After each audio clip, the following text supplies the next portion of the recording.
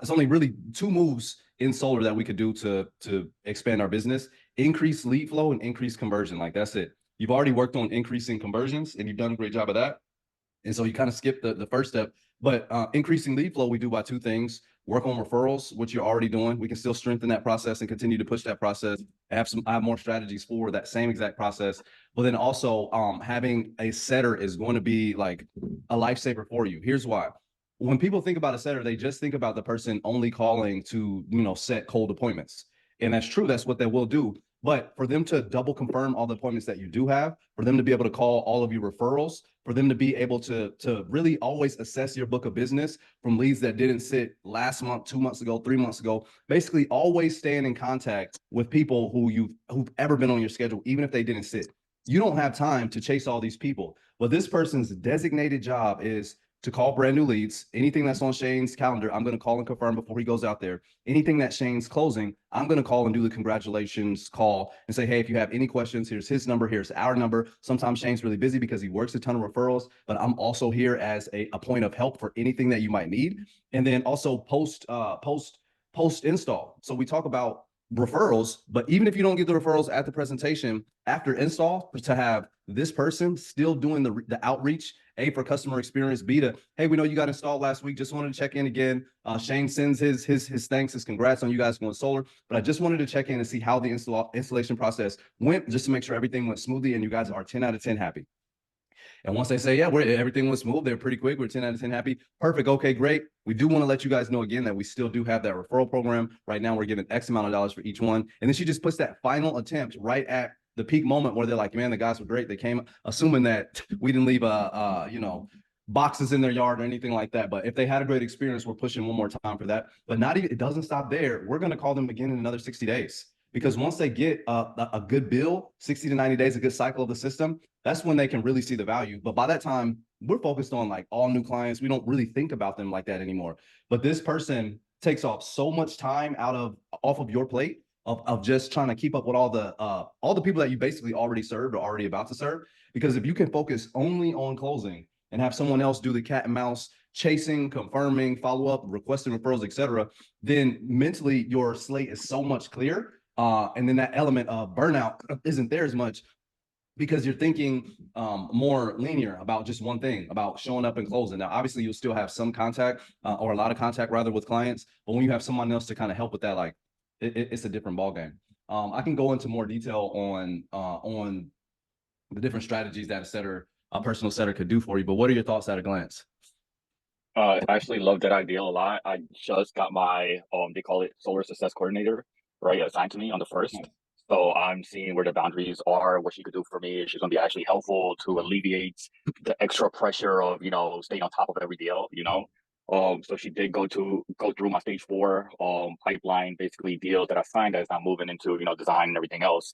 And she created an Excel sheet. So unfortunately the company won't allow her to touch any of my past deals prior to May 1st, just because she gets a little bit of an override, which is not a lot. Every install she gets $30 from an install. So it's not a lot. I know if she does a good job, I'm gonna break her off and take care of her.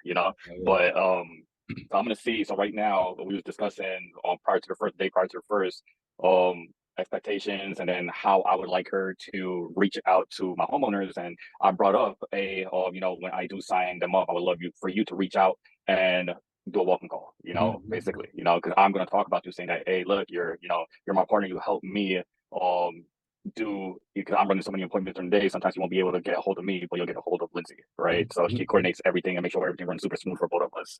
So she told me that she won't do the welcome call the day after, but she's gonna do it 2 days after, because she doesn't want to, in her experience, I guess, she doesn't want to overwhelm the clients. What are your thoughts on that? Nah, so the welcome call 2 days after, no, they need to be, it needs to be right away, because again, they have to wait so long before they get the thing that they actually signed up for. And that's what causes the buyer's remorse. Average American has less than $2,000 in their checking account. So when they sign those docs with you and they like you and they understand that it's cheaper than what they're doing, and then they're about to lay down that night and they just open that phone and go look at those docs again, and they're like, man, this shit is gonna cost me like 60 bands over the course of, however long. And then that's when they start to check out.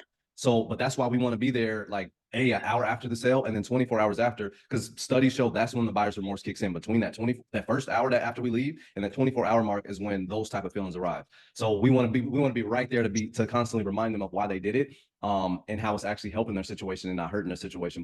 But yeah, that's if it's not a price thing and people want to shop around, typically they start looking at what's in their bank account versus what the total cost over however they're going to spend. And even though like it still is in their favor, people are putting dollars to dollars in a wrong comparison. But they just need our voice of reason with that same conviction that got them sold to say, hey, that's exactly right. It is this much more over that time. But the reason that we're doing this much more over that time is so we don't do this much more over that time. Remember, that's the whole thing that we talked about. Everything that you're concerned about is super valid, super true. And that's the same reason why a lot of the same people are going solar. They'll spend this much to protect their family from spending this much without anything out of pocket and having that fixed rate every single month. Remember, Mr. Homeowner, you told me that X, Y, and Z was important for you. Do you still believe that solar at this much per month can help alleviate those problems for you? And it's in the moment of them feeling like, what the hell am I doing? They need to hear that. So we need to get them well before the 3-day right of rescission period. So I definitely recommend in the first 24 hours. Yeah. Okay. Write that down. I'm gonna send you this link with this guy. Let me know what you think about his software. Because I definitely want to. Brent Attaway? Yeah, dude. Yeah, I know Brent. I haven't used CRM-X, but I know Brent. Brent's a good dude. Yeah. I spoke at one of his events before. I like Brent. But I haven't used CRM-X before. But I know Brent is solid. So tell me about the perks that what drew you in, actually.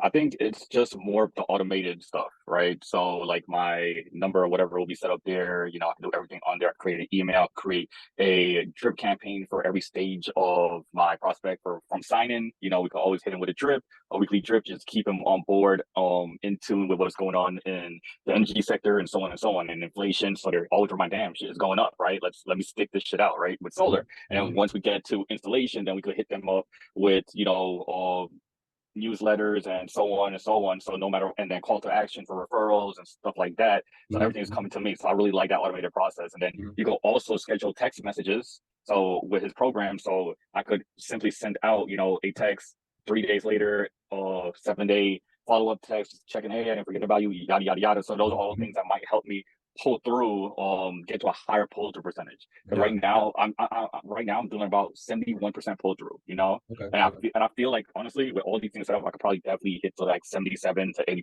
pull through, So that's one thing that kind of drew me in. And then his knowledge of solar industry as well. So yeah, he's been in it for a minute. 70% or a 30% cancellation rate isn't terrible, but you definitely want to be between 25 and 20%. But anytime there's a high volume of sales, like 30% seems to be kind of like the average. It doesn't mean that you shouldn't improve and can improve, but I can't remember what the particular law with people is, but there's like a psychology behind the amount of like basically buyers remorse over a certain amount of sales. But at any rate, no, I think that's perfect because it was all around the same timelines that I was mentioning on having a setter do it. And if you can kind of automate that process to get in front of them and just give them that reminders, maybe even in addition to a human voice, because a human voice on the phone versus like the automated reminders gives them an opportunity to talk. And, we need them to talk in order to be able to help them and serve them and then influence them. And so you still want to do that, but everything else in there, man, is going to be key to just get that 5 to 10% more pull through. Yeah, man. I think if I could do that, like it'll change the game for me. It'll be like, okay, let me just run appointments, and they have questions. They will usually always have chances to reply back to the emails or texts I do come to them. Yeah. I don't know. We'll see. I wonder how much that would cost to get all that set up. I don't know what. See, have you booked a demo with him or anything? No, I actually DM'd him. So he DM'd me back last night. I seen prices. But some of the things that I want is probably going to cost a little bit more money, but we'll figure it out. So I don't mind paying the money if it's going to help me make more money, So for sure. Well, that's solid. I hope I'm interested to see how it goes. Like I said, I've never gotten a full demo on it or anything. But I know Brent, and I know he's a good dude. I know he's a very smart marketer, and obviously he's been in solar for a while. So I would imagine that it's a good product, but I really need to dive into it myself. And then I don't know if we talked about this, I think in like week 1 or 2 of getting that presentation edited for you and maybe customized a little way so that it looks a little more fluid. Did you ever look into that? No, man, I don't have the time to get that done. It's on my head. Trust me, it's on my head to get clean that whole thing up and create a about me slide as well, and put some pictures of me and my clients and reviews and everything else. But it's so crazy right now, bro. That's what I'm taking. I dedicated Monday to do some things like all my follow up as well as getting my slides in order, morning eater and stuff like that. I have like a whole list of things I want to do on Monday. Pull up this notes again. And then the sheets. So you have been using sheets for discovery questions and referral, yes? Yeah, 100%. Okay. So these would also get, I guess, redesigned to match your presentation so that it all looks sleek together. But I'm glad that you've been using them and they've been working. It takes off so much. I mean, I don't have to tell you this if you have seen the effects, but it takes off a lot of the pressure of feeling like we gotta like squeeze this information out of people. But the package that you can put together when everything is designed nicely will increase your confidence and conviction because you just look more put together, which in turn makes them, also feel that this is a very quality company, quality sales rep, and it just increases brand experience. So cool. I'm looking forward to getting you there. I know the cancellations is a big one. The time you reached a bottleneck of I'm getting a lot on the schedule. Closing most of my deals, pull through is an issue, which it always is going to be an issue because you don't install the panels. So there's so much gap between you and the customer on that side, and not to mention just a natural state of buyer's remorse that is always going to come when people spend this amount of money with us, and then wake up the next day like, what did I do? Cancellations, pull through rate, getting our time back with a customer success or a setter to do the outreach on old customers, new customers, and then potentially cold outreach as well. I don't think that would help because if you could get an extra 2 sits a week, just like guaranteed in the home 2 sits a week, and they could get you an extra 4 to 6 deals per month, self-gen deals. That's not a bad place to be. If you look at what 4 deals would have done to you 2 months ago, what additional 4 deals would have done last month, like it's a lot, you know what I'm saying? So, yeah, that is the scope that I have for you. Is there anything else that you would add to that? Yeah, I would like to go over really quick on how to have a conversation with follow-ups. Yeah. Okay. Let's start. That's perfect. Give me an example of the type of follow-up to start with first, like a follow-up of somebody who didn't sit or sit and didn't close. What do you mean exactly? Yeah, sit and didn't close. Okay. So I'm assuming you had something like this recently. Yeah. I got to an appointment, and also, I really wanted to take some time out and just go through my entire pipeline, just make a ton of calls to see if I get back, anybody on board, But I had an appointment that went super, super well. Rapport with Bill. I couldn't get them over the edge, but I had so much confidence that because they wanted a price shop. Okay, but that's just part of their process. Okay, and I gave him a timeline. Hey, look, I absolutely want you to do your due diligence and feel very, very comfortable. And by the first time a new solar company comes into your house, in the first 5 minutes, you'll know that you're gonna go with me, right? So I was just so confident of what, and they start laughing, this and that. But that's a part of their process. So for example, and I gave them a timeline, hey, I'm gonna give you a call next week, Monday. So this Monday is coming up, right? And if you're ready to move forward at that point, I will go ahead and get you something special like a $1,000 sign-on bonus. So I give them that, created that urgency. If you don't come with me on Monday, that's it, but how would you go about with other, past, like a year ago? If I'm calling back a year or 6 months ago or 3 months ago through prospects in my stage 2 that it was sit no sale, how do I follow back up with these, prospect that said, hey, I need to speak to my spouse, or hey, I need a little time, hey, I need to do my due diligence, or like, how do I go ahead and talk to these guys? Yeah. So that's a great question. So in any form of follow-up, you always want to make sure the recipe is the same, and you have to have new information. So a reason to follow up. What makes following up suck and why most people suck at it is because they just call and they're like, hey, you guys ready to buy it? Like they don't have shit to say. So you always want to have something new, an exciting reason to call. So it's like, hey, I was thinking of you guys because of this new thing. So a new thing, new information, and urgency.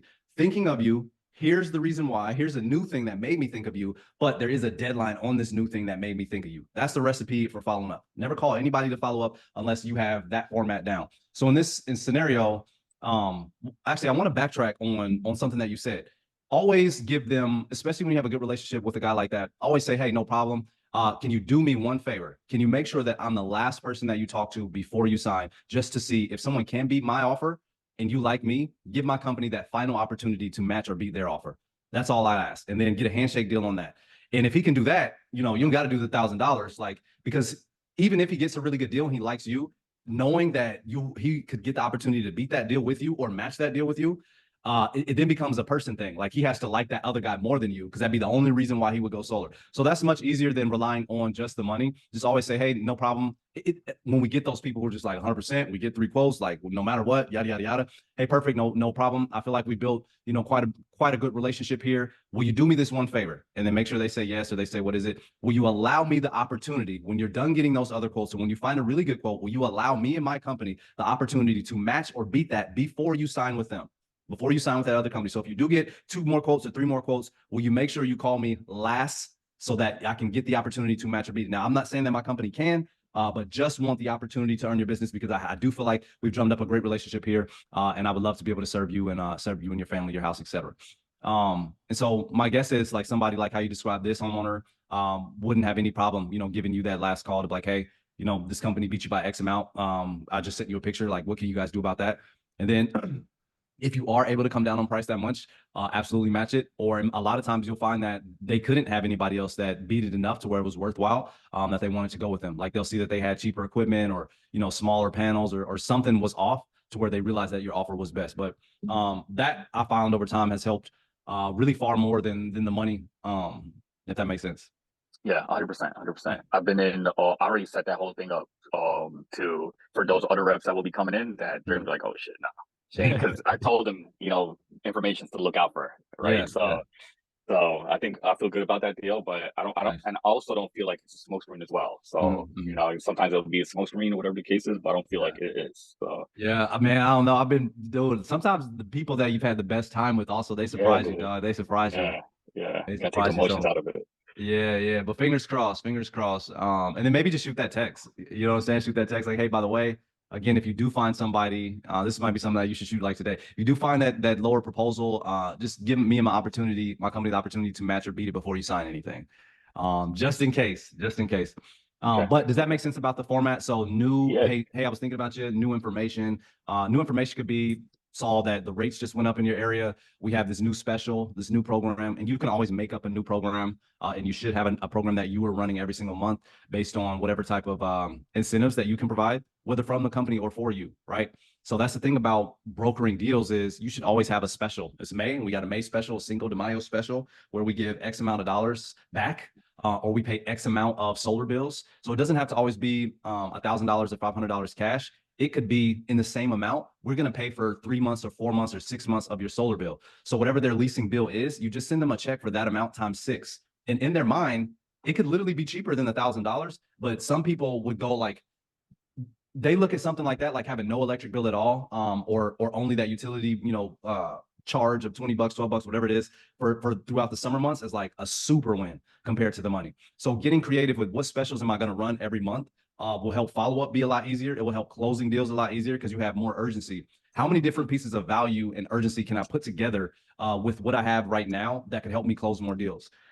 So when it's like, the summer months are coming, this is obviously a great deal. It's cheaper than what you're doing now. But because of, Cinco de Mayo special, which I think there's another week to be able to get this in. This is what you should say all next week. Cinco de Mayo was last week, but we had a special first week of May where we were going to cover the next 4 months, basically the hottest months. Wait, is that the hottest months? Just go say 6 months. 6 months of your solar bill if you are going solar. Now, again, the Cinco de Mayo special ended last week, but I'm pretty sure I've got wiggle room to get some more people in on it if it does make sense.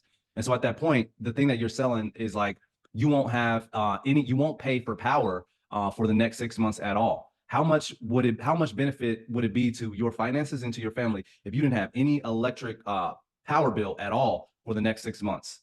And then again, it's like, it's really hard to get around that, especially if you put an offer in front of them where their solar bill is, under by $5, $10, $20, $50, whatever. Yeah, I think the next thing too, I'm getting there, but I'm still kind of struggling sometimes where some people think $30 or $40 to save is still not too much after I built so much pain, right? And I do have a very, very nice T chart where I have the utility company on one side and solar on the other side. And what I'm doing now is like, okay, I do it with the customer. All right, now at this point, let's figure out how much electricity you're using in a year. And we do it together, right? So now I'm working with the customer in a partnership, right? So we figure out, okay, you're using 10,000 kilowatt hours. We're going to go ahead and plug this number here. This is your rate, 22 cents. We're going to plug this number here. And let's pretend you're already moving, you moved into your house with solar panels on your house already, okay? So, and you have the same exact rate of what the utility companies charge you right now. So let's go ahead and put 22 cents where on the solar side. Now, what I showed you with the timeline rate increases from 2016 to present, that's coming up in June, would you say that 6% of increase every year by the utility company is a fair number? And they're like, yeah, absolutely. Because sometimes in a couple of years, it was 11%, was a 25% jump, 6.9 last year, and so on and so on. So they're like, yes, okay, cool. And then I go ahead and be like, hey, look, with your solar, we talked about it. Your increase is a maximum of 2.9% per year. All right, it can't hit you with 6%. All right, so I go ahead and put that number there. And I was like, so let's go ahead and pretend that you moved into the house with solar panels already. All right. And then the utility company comes to your door, like how my canvas guy came to your door knocking, and they asked you to remove the solar panels and then go with the utility company. Right. This is how much you would pay the utility company over a 25-year span. And I broke it down for year 1, year 5, year 10, year 15, year 20. Right. It's a nice Excel. I'm going to share my screen to show you. Yeah. This is what you're going to pay in the next 25 years. However, if you stick with solar in this role that we're playing right now, right, you would have saved this much in 25 years, right? And then I was like, which one is a better model to you? You know, which one makes more sense? Like, absolutely, you know, the solar. You know, and my psychology behind that is that they see the same rate, 22 cents, 22 cents. So if I have to charge them 17.5 cents, 18 cents, 19 cents, you know, the 2.9, it should make more sense. Hey, whatever, that's my monthly bill. They see what their year 1 average is anyways, right? Yeah. So, right, they're going to move forward, right? But sometimes I always get some resistance at the end. Oh, that's not enough savings. Or, you know, like I built so much value in pain. I'm still getting that. I don't know how to hit that, you know, come back and tackle that question, you know, like, or like that, you know, question that they hit me with. So here's, this is probably one of the most important things that I've ever said, and it's super simple. Somebody helped point this out in my closing that I didn't even realize, but they told me that the thing that I do is I always just take the worst thing in the worst case scenario and the way that the customer's thinking it in their head, but not saying it out loud, and I say it out loud and get them to respond to it. So basically what that means is, in this scenario, the statement is like, obviously, Mr. Homeowner, you know, at the end of this thing on the same slide, just to be transparent, there's a lot of people who, when they do go solar, some people are able to get like well under that average bill. It might be 30 bucks or 50 bucks, but the majority are able to get $5, $10, $20 under that average bill. Now, if you think about it, Mr. Homeowner, obviously myself, my company, the installers, we don't want to pull a truck up with all these panels, get an electrician, get permits, get these guys on your roof for a whole day, sometimes even 2 days, just to save you 30 bucks a month. Like that actually sounds crazy, doesn't it? And so you get them to understand that it's not about the $30. Just with that whole scenario, trucks, installers, electricians, permits, all this stuff. I'm not sitting here right now to get you to do all of this construction to your roof to save you $30. But the reason why, if we're able to match that bill or to get the $30 to go solar, is because of X, Y, and Z. X, Y, and Z could be different for a lot of people, but that whole saying on the front end is what you need to say. Now, the back end could be different because it's like you alleviate from ever having a $500, $600 summer bill event again. You alleviate yourself from being down on your medication, down on your bills, whatever that personal thing is. But you jump back and forth between inflation on the utility, inflation in the marketplace, to personal pain problems. And you put these back and forth because it needs to make total sense on the customer's mind from both a logical side and a logical analytical side, but also a personal side as well. So they have to go like, okay, cool. Like, you said it in a way that strikes exactly what I was thinking, but I wasn't going to say, because we can make it make sense. Like, obviously this rate, because you start talking utility terms. Remember, they get it. They're with you, and that strikes their mind, but it doesn't really strike their heart like that. And you need to have both. So when you go like, obviously, man, we are not about to do all this construction to your roof just to save you $30. Like, that doesn't make sense from a cost perspective to pay the guys who have to get up there, their training, the permitting, the time. Like, it even takes, you know, I don't know what your average install timeline there is, like maybe 60 days, 45 days. Yeah, about 45. Yeah. So, I mean, think about all the things that you can say in there and go, obviously, we're not doing all of this just to save you $30. Like, just saying that alone, most people get like, they feel stupid for even Like thinking that. that. Any objection that you can think of, like, because you thought about it the same way that they did it. But your explanation when you repeated it back to me was like solar talk and inflation talk. And you can have that, but you need to say the way that it came up in your brain and the way that they're saying it. You need to say that first so that they can then pay attention. And all that information that you say after, once you get to the solar talk, it hits way harder because you just like, you snap them into understanding exactly what was in their mind, but what you're about to talk about next and why it's so important. So that, yeah, man, you know, we're not coming out here with with a truck full of installers and we got to do permits. This whole thing's going to take 60 days. Now, obviously, I don't expect you to do construction to your home for just $30 savings per month. So I'm not sure let me stop for a second. When do you know what their bill is going to be? Do you have to wait till the end of the thing and your company sends it, or do you know before you get to the house? You're designing. No, I design everything. So Okay. I'll know. I could easily tell when I'm designing the thing. I can go into my T chart and just know exactly what I could cover, put that number in there, put the rate, and or just do it on my calculator. So okay. When do you do that before or after this point in the thing? no, I do it after. Okay, cool. So No. So at this point, right? So this is where I think I might have a little follow. So T chart, I side by side comparison, 22 cents, 22 cents, whatever, right? Solar bang. After that, they say, yeah, that makes a lot of sense. Okay, great. The next step is, basically, I'm going to go ahead, create your design, yada, yada, yada. I'm going to take these metrics, I'm going to enter into our Sonova portal, then we're gonna do a soft credit check. All right. Once the soft credit check is finished, it's gonna go ahead and someone's gonna let me know exactly what your new electrical bill will look like. Right. So now, 'cause remember, I don't want them to think that it's me that's creating the rate. It's Right. Sonova that is creating the rates. Right.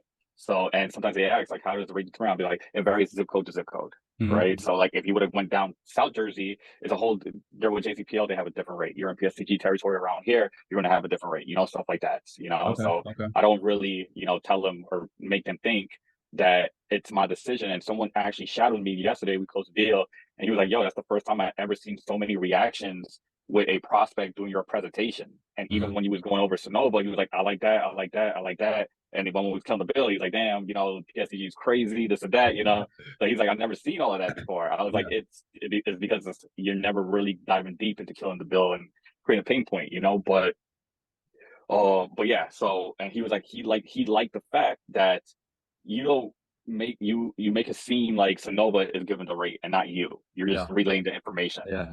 Like, I love it. he's gonna start using that. I was like, yeah, because you told me, like, Yeah. blame it on somebody else. Don't make it Yeah. look. Because you have to be on their side. So it's like, hey man, Yeah. let's see what they can do. You know what I'm saying? That makes it way easier. I love that. I love that. Perfect. Well, that kind of coincides with the messaging that I was describing when it's like, hey, I'm not sure what's gonna come back, but like this is kind of the hope or expectation for most people. But like just keeping an element of curiosity in that moment goes a very long way. Okay. Can you do me a favor? Can you repeat that last line? Obviously, I know it's not no savings. Can you Oh repeat that one yeah. more time? So let's say in this moment, and you might have an idea in your head already, like based on their roof size and their usage on if you can get well under the average bill or not. So you'll think in this moment, like, am I going to use like a $30 to $50 scenario, or am I going to use something closer to the average because it's looking a little tight up there? So in that scenario, you are basically foreshadowing the expectations for the close. And you're going like, hey, we see all these rising rates, and this is why a lot of people are going solar now, not so much because they actually have the most insane bill right now, but because this is where things are trending. Like, hey, Mr. Homeowner, if you've noticed everything going up at the gas pump, grocery store, etc., and it's not slowing down, again, this is one of the reasons why so many Americans are calling us right now, and why I spend most of my time with referrals. However, right now, most people are lucky if they're able to get, $5 or $10 under that average bill if they go solar, because it prevents them from this rising rate. Now, here's where we get to the statement. You like say it, but we're not sending a truck full of installers, getting up on your roof for a day, sometimes 2 days, doing permitting, taking a 60-day install process. We're not doing all of this work just to save someone $5 a month or even $30 a month, right? That wouldn't make sense, would it? And then you go, the reason why so many people are going solar, and then you have to say X, Y, and Z. And the reason why I'm saying X, Y, Z is because it has to be specific to that person. Again, if they are a retiree avatar versus a working class avatar, the X, Y, Z is different. The reason why, let's say retirees, like, hey, locking in the rate, all of your income is fixed. It only makes sense to have as many fixed bills as possible. Protect the medication, protect the groceries, protect you from the hottest summer months when things are outrageous, so on and so forth. But saying it on the same slide where you're discussing the rising rates and telling them, hey, most people don't have bills as high as you, right? Assuming that their bills are very high, or even if their bills are lower. The reason why so many people are going solar right now, not because they do have insane bills, but they see things are getting more and more expensive, and they want to protect themselves from the future, whether that future is this summer, whether that future is next year, 5 year, 10 years, etc. They understand that the sooner that I can protect my home and my expenses, the better or the more well off that I am from being, absolutely gouged by the utility company. So, but everything in that spiel that I just gave is what you want to have in basically kind of like a script on that slide. But getting them to understand in their language, man, obviously we're not, most people aren't able to get $100, $200 under their average bill, but they understand that they're lucky even if they're able to keep their average bill once they go solar, and they're super lucky if they can get under $10, $20, $30, etc. But obviously, Mr. Homeowner, we are not sending a truck full of installers, technicians, getting our master electrician out here, sending permits to the city, and then taking 60 days to install this thing and doing construction to your home. Obviously, we're not doing all of this to save you $5 a month or $30 a month. That would be crazy, wouldn't it? And then you go back into the reason. But if you throw out that statement already, in their mind, you've taken it off the table. They understand like, oh, it's bigger than that, like that, because you just put in the same way everything they're thinking about on the table. And so they then have to think about replace that with new information. And the new information is everything that you were basically saying about the rising rates, the exchange, and you put in their personal scenarios, and you replace that way of thinking with your way of thinking. Does that make sense? Yeah, 100%. I like that. Cool. The next thing I want to touch on too is, how do you talk about 7-day cancel or cancellations? At the time of contract, it's you know, I'm used to saying 3-day right of rescission, but at the time of signing, you want to point that out and you want to stop there. And I think we touched on this before, maybe it was you, but it was no, we give a little bit of longer period of cancellation. But long story short, you want to say, like most contracts, we have a 3-year right of rescission. We actually have a little bit longer. It goes up to 7 days. So if any reason, if you decide over the next 7 days that you don't like me, that you don't like solar, you don't like my company, you can actually call or send an email, whatever that process is for you guys, to request to have the project come to a screeching halt. Now, based on the amount of paperwork that a lot of people actually have to do to get your project up and running, I wouldn't want you guys to continue signing anything right now in this moment if there was any hesitations at all about going solar. There's absolutely no rush. I mean, at the end of the day, we don't know if you can get this thing till we submit to your utility company. But if what I put down in front of you guys today, from an offset, from a monthly bill perspective, if those things don't check your boxes and satisfy your needs, I wouldn't even want to go forward and submit that application today again if you have any doubts. And then you just stare at them. Because at that point, they gotta process like, no, we're good here. And if they do have doubts, that's the best possible thing that could happen because they were more likely going to cancel. Now you're in the home in the perfect moment where you could just simply address the doubts. But saying it that way and then just shut up and look at them like, hey, I want to come to a stop right now if there's any doubts in your mind. And just shut up and look at them. And then a man is either going to go, nah, I think we're good here as long as, you know, utility get approval, or, you know, I think I'm at any rate, they got to process. And you want them to process one last time. So implementing that alone, man, I think if nothing else, you should get an increase on that pull-through rate. Okay. I've been doing something very similar. I definitely stop at that point and I bring it up. I'm like, all right, great. I talk about arbitration because that could throw some people off as well. So I hit all my bullet points on Sonova and go down. I have a story for each bullet point. I make it short and sweet and explain it. And a lot of people do appreciate it. I call it Sonova, the Sonova application. Let's fill out the Sonova application real quick.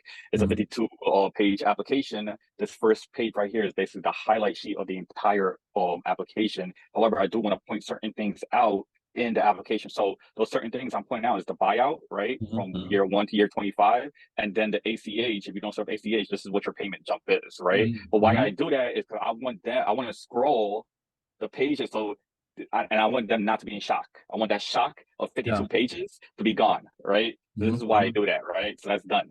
Right, because sometimes, like, I don't know, when I first started, I'm like, holy fuck, dude, this is fucking loud. Like in my head, when I pull it up, I'm like, yo, what is the guy thinking right now, right? So, so I want that shock to just, you know, be done with. And a lot of times, everybody's good with everything, right? But when I get to a 7-day cancellation, I'm like, hey, look, I know we did discuss a lot, all right?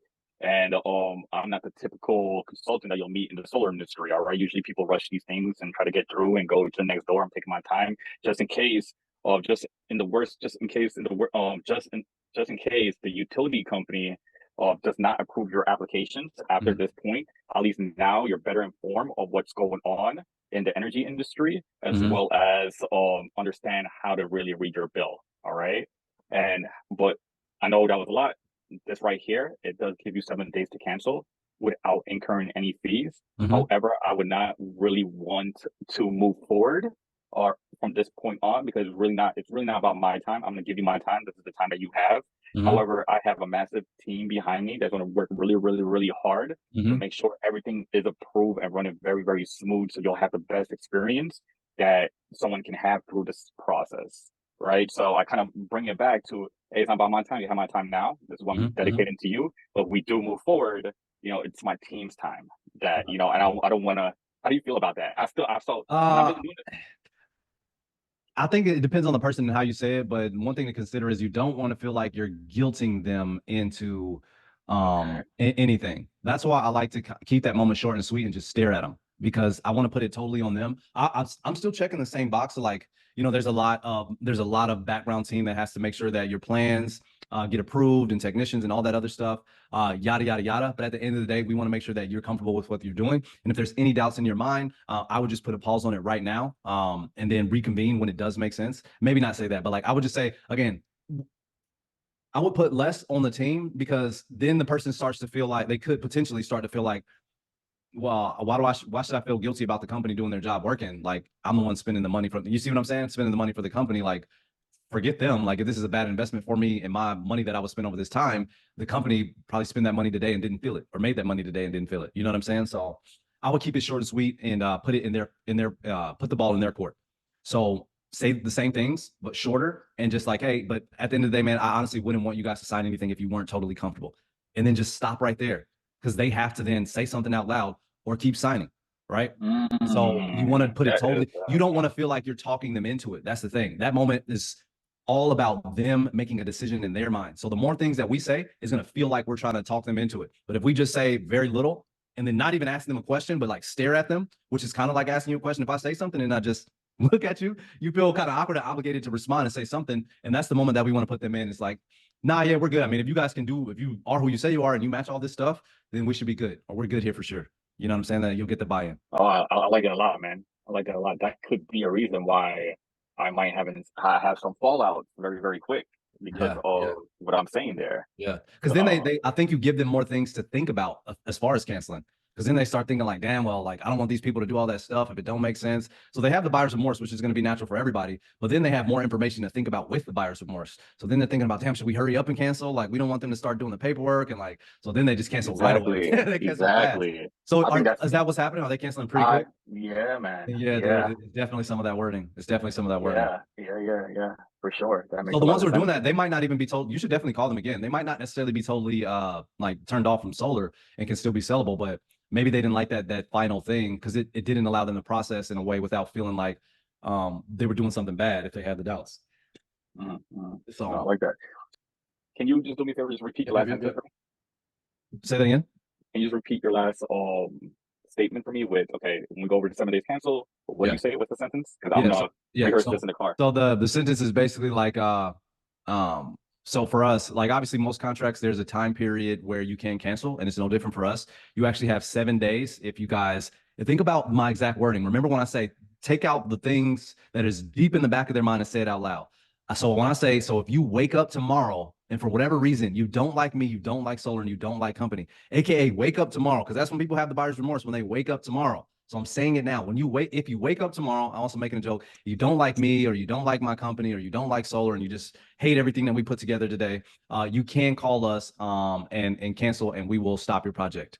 But I always like to say, because I work with so many referrals, if there's any doubts in your mind about what we put down on paper today, now obviously we do have to make sure that we can get this approved by the utility company. But as far as what we put down on paper today, if it doesn't meet your needs and you guys aren't satisfied with that, I would just put a pause on everything right now.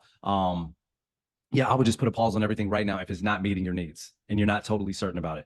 Then I'm shutting up and looking at them because I need them to make that final decision. Like, okay, I'm doing this.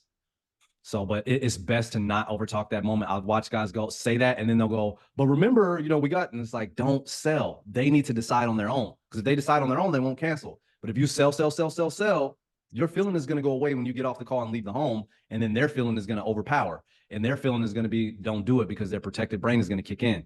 But you need their protective brain to make the decision while you're there. And that's what we do. We ask creative questions so that they can come up with their own understanding. And once they make the decision for themselves, it stays forever. But if we do all this talking and selling, then we've made the decision for them and we've chipettled them while we were there.